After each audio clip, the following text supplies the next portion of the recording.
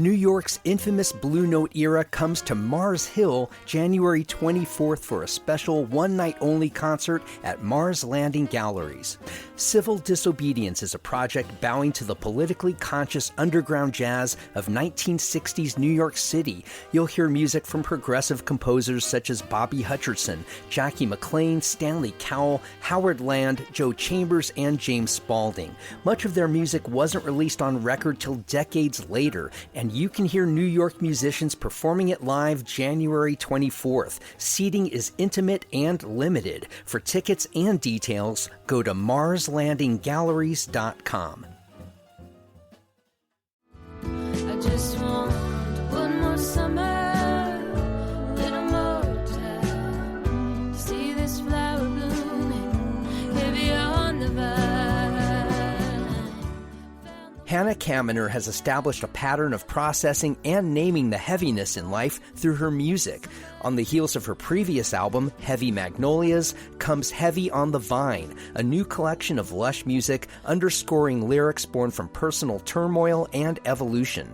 A big transition that I was making personally, which was to step away from church and step away from religion and explore a different way into spirituality. And that was super disturbing. Like, it was a super disturbing thing to happen, because if that is what your connection to your family rests on, then it's a sort of a choice between you or your family.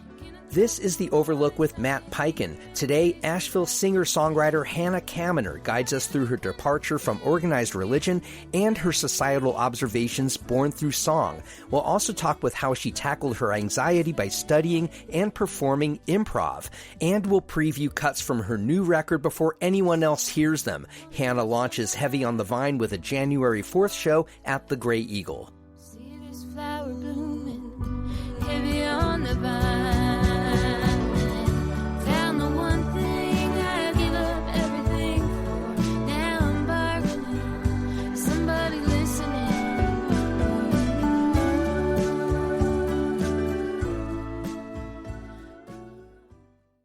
I started my conversation with Hannah Kaminer by asking about the common thread of heaviness between the albums Heavy Magnolias and Heavy on the Vine. Oh, man. I think that just sort of pending, emerging kind of emotion that's about something's about to happen and you're in a transitional or a liminal phase. Heavy on the Vine comes from Kate Wolf in her song Here in California. And I think she probably got it from Grapes of Wrath. Oh, John Steinbeck. Yeah. And I didn't really realize that. I just knew it came from Kate Wolf. But I think I did have a little debate with myself, like, is it okay to have 2 albums in a row with the word heavy in them? And then I realized the only person I had to ask was myself. And she said it was okay. Yeah, and you produced yourself for this record. So you had nobody else you had to answer to. Was your heaviness coming from a different place with this record as opposed to Heavy Magnolia, which was, correct me if I'm wrong, that was 6 years ago. It came out in 2018. So if my math is right, 5 years ago. I would definitely say that there's heaviness from a different source. When I did Heavy Magnolias, it was really about love and what does that mean and relationships, and if things are wildly abundant in the summer, is it absolutely inevitable that they will decay in the fall? That kind of thing, which I guess, spoiler alert, yeah. But I think that you can celebrate that kind of heavy magnolia-ness of summer anyway. But with Heavy on the Vine, a lot of the heaviness and the gravity for this album had more to do with a big transition that I was making personally, which was to step away from church and step away from religion and explore a different way into spirituality. And you can see that in the track Everlasting Arms, and then in the track Childish Things as well. Talk about that. Obviously, it was profound enough for you to have it underscore your new music. How important was the church or organized religion to you up until relatively recently? I would have considered it my family, so pretty important. What was your faith and where were you attending? I was going to a small Presbyterian church, and it doesn't exist anymore. And then when that closed, I went on a search to find a new, what they call church home, because they have a lot of parallels with church home, church family. And I didn't find it. I found a lot of wonderful people on that journey, but ultimately I felt like my beliefs that I've been holding to for 25 plus years fell out of the back of my head, and I was unable to intellectually assent. And that was super disturbing. Like, it was a super disturbing thing to happen, because if that is what your connection to your family rests on, then it's a sort of a choice between you or your family. When you say your family, you mean your literal family. No, I mean the your church chosen, family. Your Sorry. chosen Yeah. family.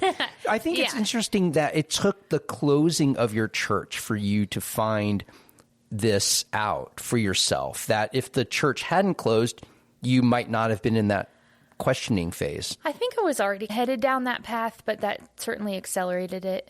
How did you not finding your people after the closure of the church, how did that translate to you questioning religion? I think I had always questioned religion. I had always not been the most comfortable with some of the doctrines, and I let people know, and they just accepted where I was at this little church that I was attending until it closed. They were fine with a little bit of gray area. And then when I left, that was actually what I couldn't find again, was the acceptance and the gray area. You mean you couldn't find it from another church? I think I could no longer hold all of these things in tension in my mind, things that I disagreed with, things that I could no longer see evidence for. And at first I just took a break, and then I decided, okay, maybe this is a bit more than a break. Maybe this is, I need to look around and see what other people are thinking about God and the universe and our purpose here and that sort of thing. So it was a big rupture for me, though, because I think even though I'd always been someone who questioned and had doubts, this was the first time that there were no longer other people I could rely on to hold all of that together and say, it's fine, it's okay to have it be a little bit more complicated. And the people I met on that journey as I was like trying to find my new place were great, but they didn't have answers, and they couldn't bring me back to this place where I was really happy with something really simplistic and an easy black and white version of the world. I'm surprised that you held a black and white version of the world. From what I know about you, I don't know that it was super black and white. I think about the people that were in that period of my life, and a lot of them had a lot of space. And I still have a ton of respect for my friends who have stayed in, but I needed to be a little bit more honest with myself that I couldn't believe everything anymore. So you went through this sort of audit, this internal audit. How disruptive was this for you? It's one thing you leave a church, and I know that's a very personal thing for everybody, their sense of belonging and community there. What did this well up in you emotionally? What were you feeling, and how did you process it?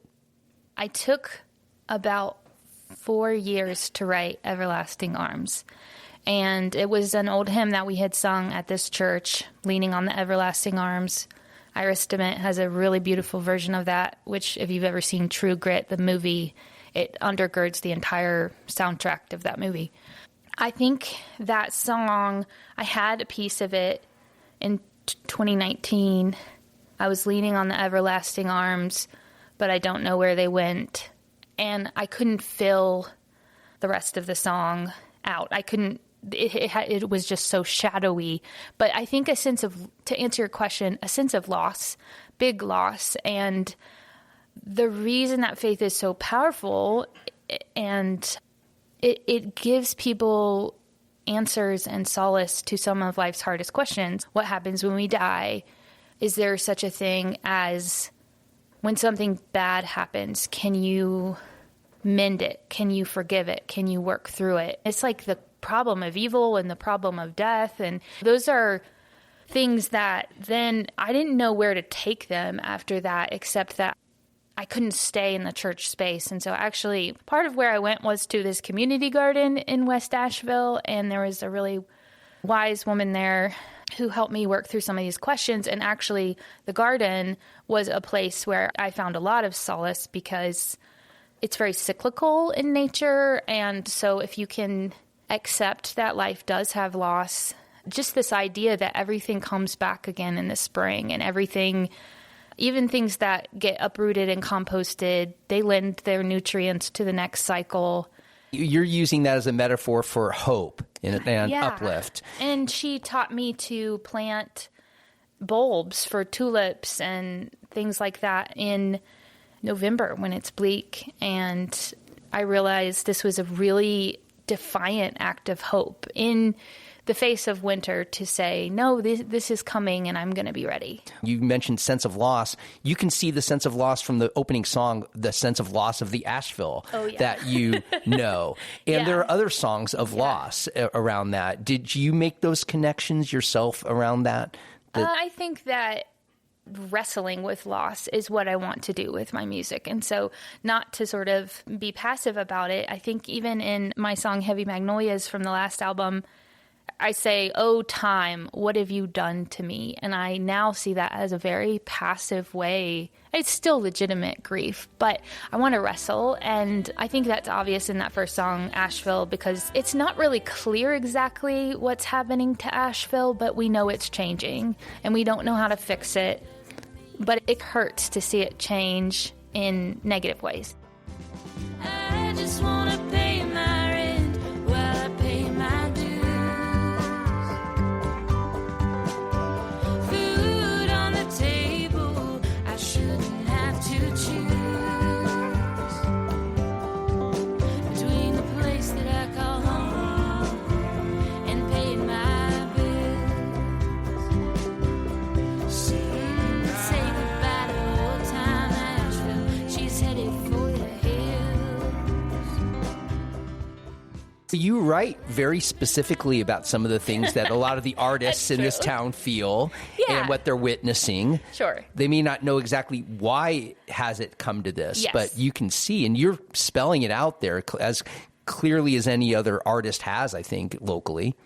I think that I just want to give a little bit of voice and space to, I just want to pay my rent and I just want to live and I want to feed my family or feed myself. And I think that is, if we become this paradise to visit, but it's not a good place to live anymore, I think that's a big problem. Were you writing many of these songs, and do you write in general from a space of kind of solitude and feeling, even whether it's self-imposed isolation or it's isolation you're just experiencing? And I think back to what you're talking about when the church closed. I can't help but think that you felt some sense of being isolated.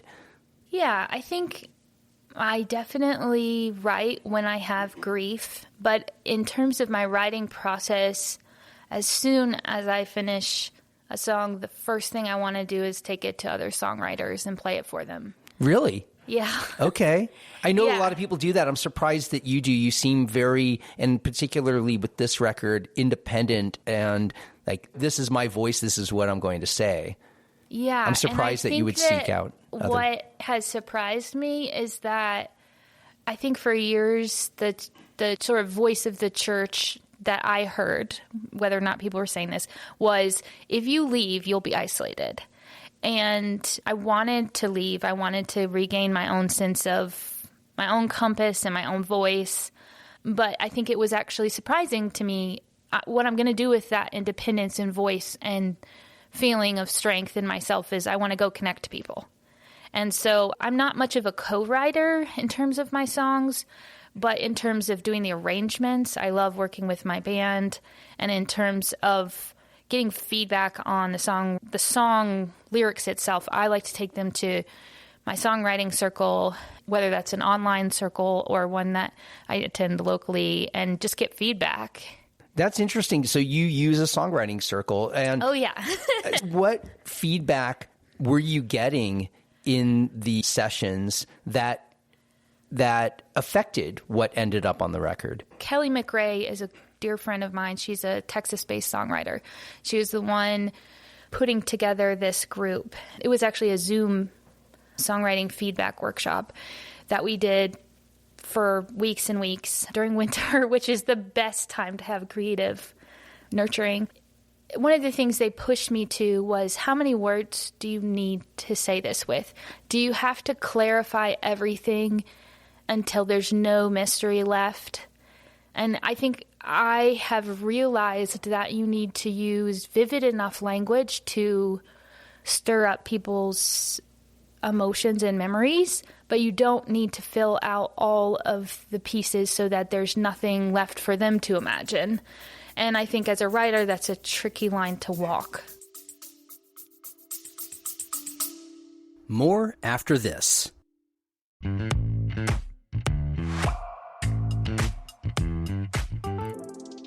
The First Look newsletter brings you news headlines from all over Asheville every weekday morning. You can scan it at a glance and see if there's something you've missed or just need to know more about. There are no ads disguised as stories, just the headlines in a quick, easy read. Get the First Look newsletter for free at podavl, that's podavl.com/newsletter.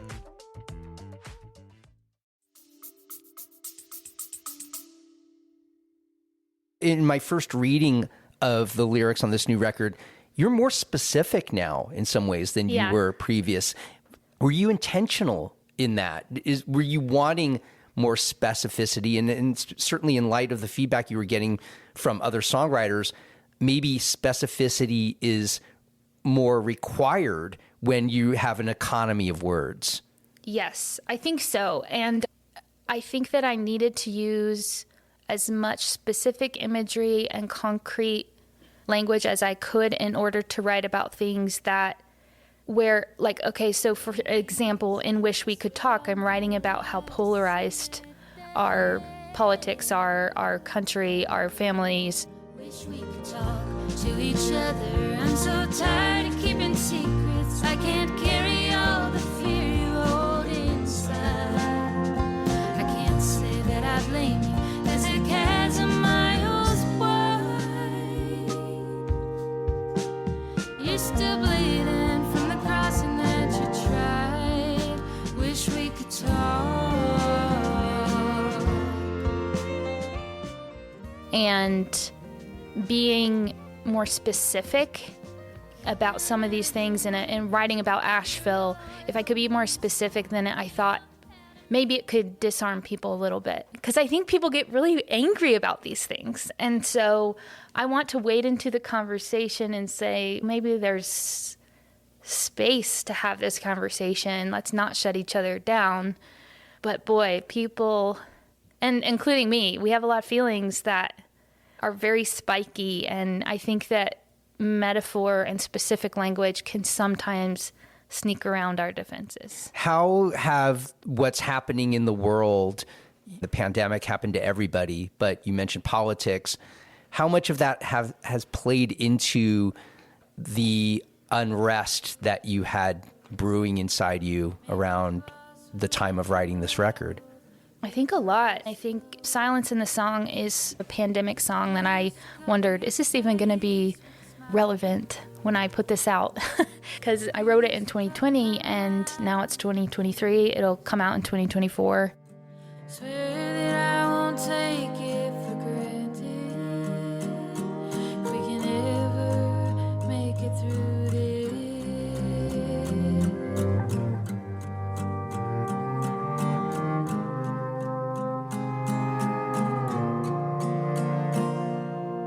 And it's quiet now, but it won't be quiet long. The silence will be answered with a song. For me, at least, at the beginning of the pandemic and during the George Floyd protests, there was a rawness that laid a lot of things bare, a lot of inequities bare. And I feel like there was a nakedness to reality during that time. And I think that made us all think harder. It made us all think, what are our commitments to each other as communities or as a country? And how well are we doing with those? So I think that was a ripping off of the Band-Aid of old wounds. But for old wounds to heal, we have to reopen them. Yeah. You mentioned how you really relied on these songwriting circles for feedback, yet you produced the record yourself. And that's a bold move in a sense, because having a producer is having an objective ear to tell you, oh, this works, or maybe try it this different way. Why did you decide, after having deliberately seeking out feedback for the writing and creative process, when you actually went to record, why did you not seek that out? In a way, I did. So this time going into the studio, I set up 12 weeks of practice with my band. 12 weeks? Or 12 practices. It was a lot of practices. 12 weekly practices. It was a lot of practices. Wow. Okay. And so that's where we dialed in their arrangements. And a really wonderful longtime collaborator of mine is Jackson Delaney. And he always has fantastic ideas on arrangements. A new person who I've brought in is Kevin Williams, who plays with Honeycutters, several other bands, on keys and synths. And both of them and everyone else in the band, Melissa Hyman from The Moon and You and Ross Monsinger from multiple bands. Yeah, you had a very pregnant Melissa Hyman in the video. Yeah, all of them had ideas about how things should go. And sometimes, like, for example, with the song Irene, I had one idea coming into the practice of how it should sound. And then we were just horsing around. Ross was playing this sort of Motown beat, and I was pretending to sing it in sort of an R&B sort of way, but I would never presume to do that style. And so it completely changed the way that we were doing that song. Stop for me, there's a bigger world that you haven't seen.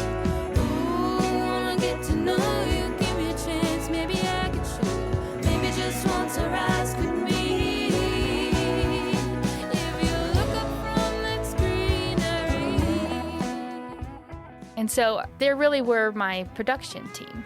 And so I felt very much connected and supported, and like all I had to do was curate their best ideas and my best ideas and make a big soup out of it and then bring it to the engineer in the studio. I wanted to ask you, when you went out for improv, when you started doing improv, and I've been doing improv for a long time, I was thrilled and surprised to see you step out to take classes and graduate and perform.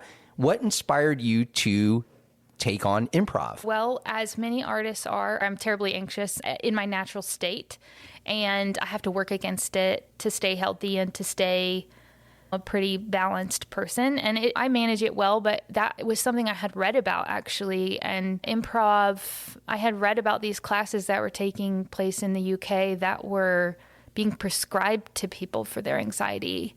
And so I didn't know if I would like it, but I kept going because I felt like it gave me a freedom internally to say what was on my mind, even if it wasn't exactly aligned. Part of that is a freedom from this crippling worldview of you must be aligned at all times with orthodoxy in your religion.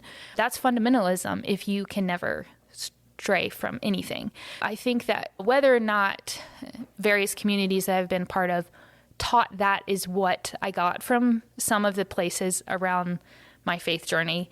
And I really internalized, I must always be right. I must always be a good girl. And improv set me free from being so tied up in that. And I realized that the worst thing that can happen on stage is not that you forget a chord, it's that you accidentally tell a really offensive joke. Really? Yeah, I was like, that happened, and that was so embarrassing, and now I have a lot of apologies to go make. And there's freedom for people to mess up and fix it in improv, which I really appreciate. And yeah, I felt so much more comfortable on the stage after taking those improv classes. I really enjoy you as a performer. And I was disappointed not to see you continue actively with it, or at least I haven't seen you continue with it. What do you plan to get back into I've taken a few workshops here and there, but I don't know what the next thing is, really. I was just really enjoy it. Yeah, I was just wondering if it's something that you see as wanting to continue, or if it served its purpose. It helped give you strength to speak your mind. It did give me strength to speak my mind. I can't say I have any plans to continue it right away, but I'm sure it'll come back. I know a lot of singer-songwriters who produce their own music. I see them sometimes still doing brewery gigs and playing 3 to 4 hours with a couple of breaks and working in some of their originals, but doing a lot of covers. Are you more deeply committed to only performing your own songs with maybe a smattering of selected covers here and there? And is that going to dictate the kind of gigs you do? Probably yes. Every time I learn a new cover, I get better because I'm learning from that artist and I'm learning from their recording. And I really value that as a learning tool. And I love covering some of my favorite artists. I've already got a couple in the works for the album release show, a Patsy Cline song, of course. But I am pretty committed to playing my originals and figuring out what's the best they can sound. And so those brewery gigs, a lot of them do allow for original music, and those are any breweries that, they'll pay for they have a guarantee. But if you're playing for tips, you better be playing covers, in my opinion. Are you playing for tips? No. Right. No, and I've gotten a lot better about saying, here's my minimum. I'd love to be there. Let me know if you can meet my minimum. And that means that you don't get to take up every opportunity. And I still let myself take the most meaningful things that I want to do regardless. But I feel a lot of freedom to choose the things that make sense for my music and to let go of the rest. Yeah. Are you going to look to take the band out for much of your touring, or are you prepared to do solo, to reinterpret these songs as a soloist? I play solo a lot. So my goal for 2024 is to get the band out as much as I possibly can. I feel these musicians are stellar, and every time I play with them, I learn something. And even just because I love them so much, I love the camaraderie, and I'm learning so much, I want to take the band out as much as possible. So that's pretty much the main booking I'm doing for 2024. A question that just occurred to me, but we're talking about faith. What did your family, your born family, think about your departure from your church? My older sister, I have 3 sisters. My older sister had already left. My youngest sister was in the process of leaving. And then the other middle sister besides me was about to leave. And my mother eventually also deconstructed. Various of them still consider themselves some sort of Christian, some sort of faith. But I don't think any of us attend church anymore. And that's I would not have thought that even 5 years ago. And my dad is still in the religion and probably thinks I'm a little bit of a heathen.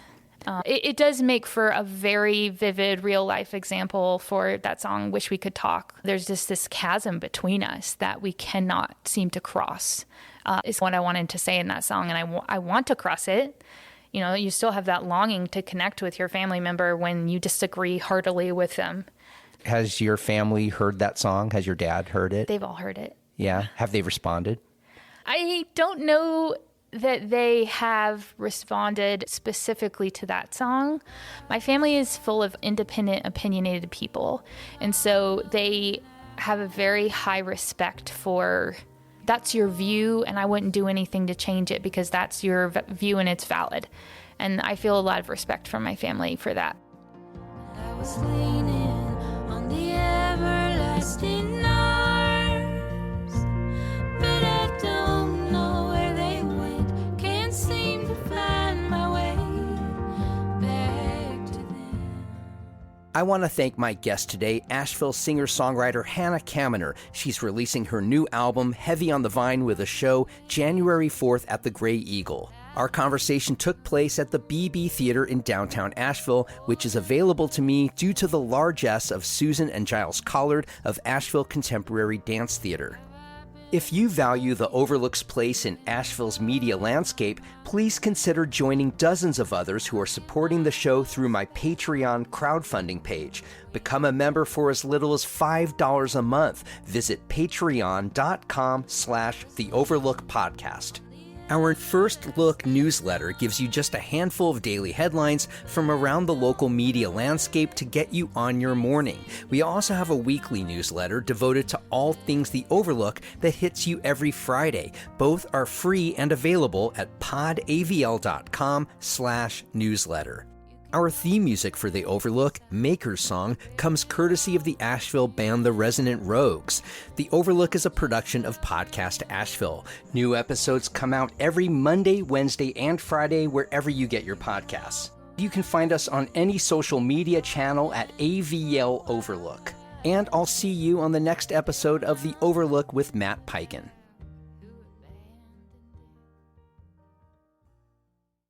Curious how the word y'all has conquered the English-speaking world? Ever wonder why there are so many dollar stores and what they mean to the American landscape? I'm Anissa Khalifa, host of the new podcast, The Broadside, from North Carolina Public Radio. We explore stories at the heart of the American South.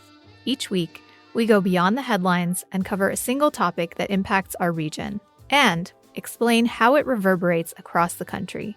Follow The Broadside wherever you get your podcasts.